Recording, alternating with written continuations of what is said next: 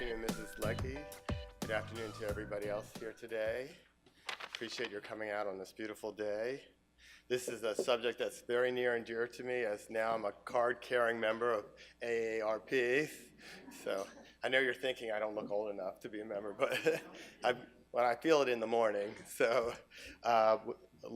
we have a very tight, constrained afternoon, so let's get started. I'll be moderating the first two panels, both of which are to run about 30 minutes. We'll have about 2 presentations, 10 minutes each, and about 10 minutes of questioning. Our first presenter is Janet Viveiros, and she will provide a readiness overview and some national data. Janet is a research associate at the Center for Housing Policy in Washington, D.C. Good afternoon, Janet. Thank you. I'm very honored to be here speaking today. I will give you a very, very brief overview of the housing needs of older adults across America. As all of you are probably aware by now, what you can see in this slide is that the older adult population in this country is growing dramatically. In fact, it's projected to more than double by 2050. So now is the time when we need to plan for and prepare for how to house this population and address older adults' particular housing needs. Many people, when they think about housing for older adults, the first thing that may come to mind is assisted living facilities or nursing homes. And while this is appropriate for many older adults, it's not appropriate for others, and it's not wanted by many older adults. As you can see in this slide, almost 90% of adults age 45 and older expressed in a survey that they want to live in their home as long as they're able to as they age. And many people, even if they can't remain in their home, want to remain in their community. They have ties to their community, they have attachment to their homes, they have opportunities to engage with their neighbors. Another consideration for many people is the cost of living in an assisted living facility or nursing home. In 2012, the average annual cost of a semi-private room in a nursing home was over $80,000. The average cost for a private unit in an assisted living facility was over $40,000. So this is a cost that really isn't something that many older adults and their families can afford. What you can see in this graph here is that the majority of households that are headed by an older adult are actually low and moderate income. In fact, over 60% of older adult households are earning less than the average household income in their area. I'm sure many of you picked it up on the table when you came in, but there's a nice flyer that was released by Arlington County that breaks down some of the terms you'll see in these slides, like AMI or average median income. So it's a good cheat sheet as I go along. But you can see almost, in this case, 40% of older households in the country are earning less than half the average income in their area. So housing cost becomes a real consideration for these households. This graph shows that a large share of older adult households also have someone living there who has a disability. In some cases, this can affect their mobility, and that may mean they need housing that is accessible. They might not be able to climb many stairs or walk long distances. So housing is not just about cost, but it's also about what's appropriate. Other older adults with a disability may need some additional support. They can live independently, but they need a little bit of a help. So these are considerations that many of these households face. In this slide, it gives you a picture of what a household budget looks like for older adult households and younger households. And you can see in the lightest blue wedge that's pulled out, housing is the greatest expense for both kinds of households. And for older adult households, typically you see an average of 35% of a household's income going towards housing. So again, on that nice little cheat sheet, you'll see that what's affordable generally is 30%. So the average amount that these households are spending is more than what's affordable.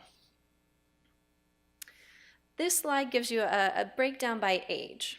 So it's broken out by households who are spending an affordable amount of their income on housing, and that's the dark blue at the bottom, And then you move into the households that are spending more than what's affordable, so somewhere between 30% and 50% of their income. And then the households who are spending more than 50% of their income. And as you move across the bars, you see that this unaffordable segment grows as these households get older. Now, if you go back to this wedge, if a household is spending more than 50% of their income on their housing, all the other wedges now have to be smaller. And if you think about what these wedges are, they're food, transportation, healthcare, really essential parts of a household's budget. So when a household is spending 50% or more of their income on housing, they're spending less in these other areas that can have a negative impact on their health and their well-being. This is the same data broken out in a different way. So instead of looking at it by age, we're now looking at it by income. And what you see is the lowest income older adult households are the ones with the greatest housing affordability challenges. These are the households where 70% of these low income older adult households are spending more than 30% of their income on housing. So they're struggling to manage all their expenses. Another consideration when you're thinking and talking about housing for older adults is what kind of housing do older adults want, need? And this information shows where older adult renter households were living in 2009. And you see that a large number of these older renter households are living in these multifamily buildings. You may have this vision of older adults living in the same home, single-family detached that they've lived in for many years, and that's the case for many people. But there are other older adult households who would prefer to live in a rental apartment in a larger building, maybe easier to manage. But this is something to consider about what kinds of housing should be built in the future. So now that I've briefly run through some data on housing needs, I want to talk a little bit about housing policy to meet those needs. So these are areas that the community can look at to ensure there's adequate housing. The first thing a community can do is encourage universal design in new housing and fund and support home modification programs for existing housing. This can help make homes accessible for people of all different ages and abilities and needs.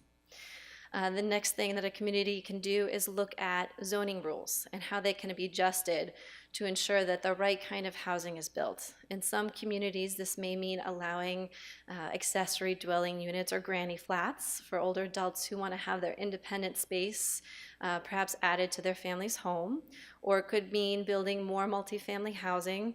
It's about adjusting zoning to the community's needs. The next thing is preserving and expanding affordable housing. As we've just seen, cost is a major consideration for older households who have less resources than some younger households.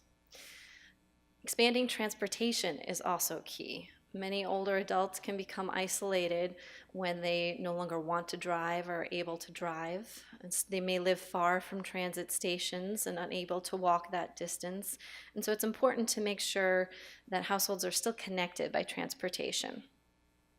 And the last policy that I'm going to talk about is connecting residents to social services.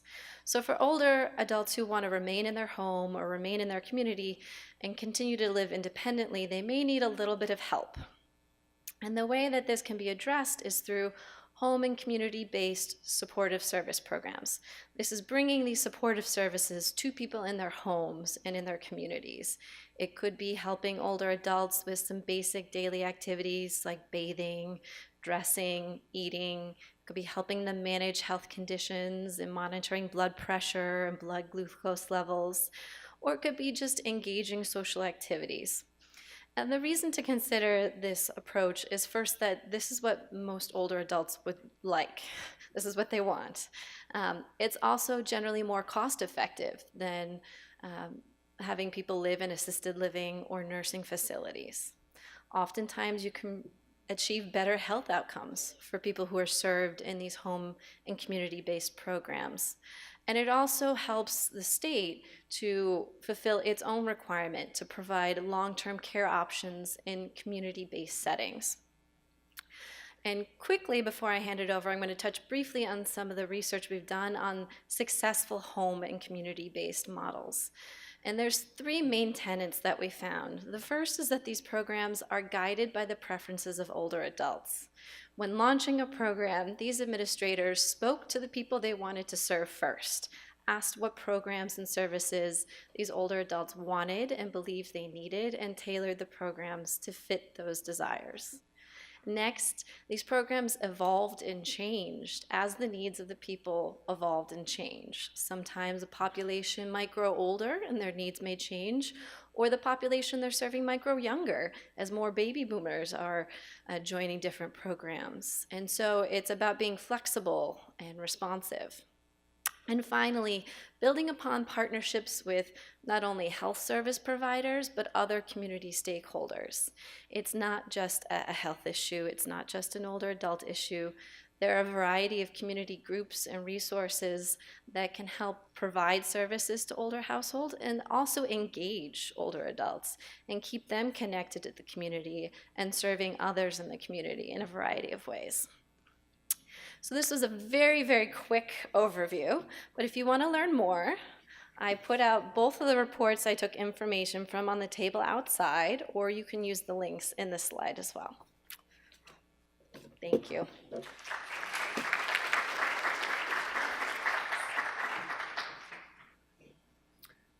Thank you, Janet, for getting us started with some eye-opening statistics and following that up and starting the discussion on policies to address those statistics. Our next, Elizabeth Rodgers, a demographer with Arlington County, will follow with Arlington-specific numbers. Thank you. Again, it is an honor to be here. And thanks to Janet for sharing the national trends. And I'm going to get into more about Arlington, trends that are occurring in the county. So I'm going to focus this presentation on those that are 60 years and older, which is a significant portion of Arlington's population. It makes up about 27,000 individuals and 13.2% of the population. It can further broken down into subgroups. Those 60 to 64 make up 4.5%, 65 to 74, 4.9%, 75 to 84, 2.5%, and those 85 plus are at 1.4%. Now this looks at the change in the senior cohorts over time, over the last 30 years since 1980. And what's really interesting here, if we look at the red line, that is those age 65 to 74. In the 1990s, we saw a decline in that age group. And then it continued, we continued down to the green line in the 2000s. And in the last decade, 2000 to 2010, each of the age cohorts have increased except for that 75 to 84. And over this whole 30-year period, the 85 plus cohort consistently continues to increase. This is another way to look at the same information. If we look at the percentage change by decade, you can see the orange and the blue bars, those are the 1980 and 1990s. We've had declines in those 60 to 64 and 65 to 74, and then increases in those two decades, the 80s and 90s, for the 75 to 84 and 85 plus. But however, if we look at the last decade, 2000 to 2010, those 60 to 64 have increased by 64%. And again, the 65 to 74 have increased by 21%. So why do we have this movement going on? Well, one reason is migration. But if we look at those age 60 and over, this cohort really tends to stay in Arlington. 89.2% of people, residents 60 and over, live in the same house as they did a year ago. That's the highest percentage for any age group in the county. We have 2.2% of those 60 and above moved within Arlington. 3.3% moved to Arlington, and 5.3% of people moved from Arlington. So where are the top 5 locations that seniors have moved from coming to Arlington? Well, they're coming from other jurisdictions in Virginia, Maryland, Asia, Central America, and Florida. Thought it'd be the opposite, but it's not. And if we look at the regional distribution, seniors moving to Arlington, there's not a whole lot coming from other areas in the region. We have the largest shares coming from Fairfax County at 7.8%, followed by Montgomery County, Maryland at 6.3%. And where are Arlington seniors moving to? Well, they're moving to other jurisdictions in Virginia. 64% of them moved to Virginia. Maryland, Texas, Minnesota, keep moving north, and California. But there is regional movement for seniors moving out of Arlington. So we have, again, the highest percentage going to Fairfax County at 38.5% of seniors moving out of Arlington. That's followed by seniors moving to Alexandria at 12.8%. So that's an overview of the migration trends. I wanted to get into more demographic characteristics of our senior population. So the majority, 80%, are of the white race, and 20% are of the minority group, Black, African American, Asian, other, and multiracial. 8.4% of seniors are of Hispanic or Latino origin. This looks at the income distribution for households with householders 65 and over. Almost 40% of these households have incomes less than $50,000 a year. Over 50% of households have incomes less than $75,000 per year. This shows the median household income for different age categories throughout Arlington. So we can see the one all the way to the right are those age 65 years and over. And they have the median household income about $67,000, which is, I think, kind of on the low side if you think of Arlington's median household income is over $106,000. If we look at tenure, people who live in the home they own or people who live in a rented house, the county as a whole, the average people who live in the home that they own is 43%. For seniors, it's a lot higher. They're just the reverse. So we have almost 70% of those 60 to 64 live in a home that they own. As the seniors age, go up to 85, we see just a little uptick in those that live in rental homes. If we look at the housing cost per percent as percent of the gross income, for those who own their homes, it's fairly similar to the county as a whole. But if we look at the housing costs for those who rent in Arlington, we really see that there's a 50-50 balance between the housing costs less than 30% and more than 30% of the gross income.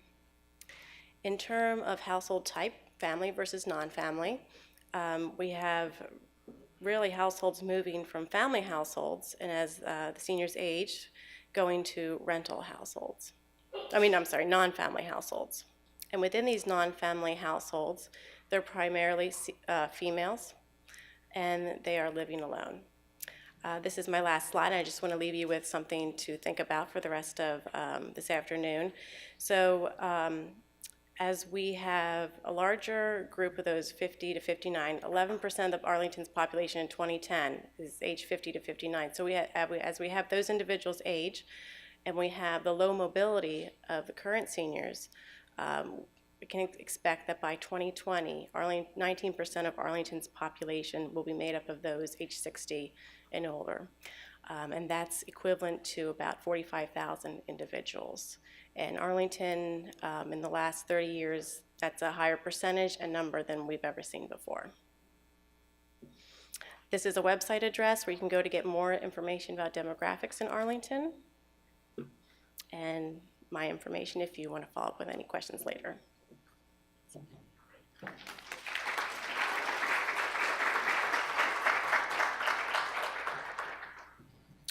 Thank you. I'll open it up for a few questions.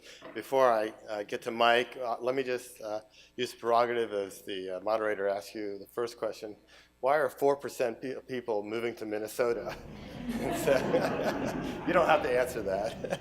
So, Mike? Just wondering, in terms of income and mobility, as people say 65 or older, do you take into consider how many are still working as the population works longer than it used to, and that's going to have a direct impact on affordability? I guess maybe the question, with your statistic of income, do you know how many people 65 and older are still working? Obviously, that's going to have a big impact on their median income.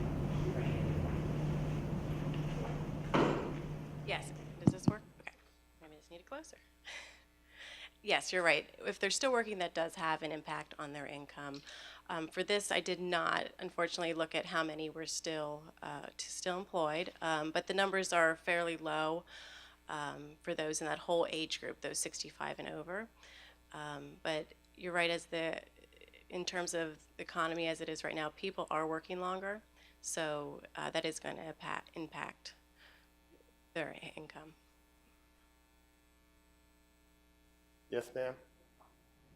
Yes, I found it so interesting to look at your data about the relatively low income for the seniors over 65, and also that these are people who are living in their own homes. So your study probably didn't get into the why, but I would suppose it's because these over 65 people were earning middle income salaries, and they're now on fixed income, whereas the rest of Arlington and the younger people now are making much greater salaries, so that there's such a need to protect the middle class so that they can be part of Arlington.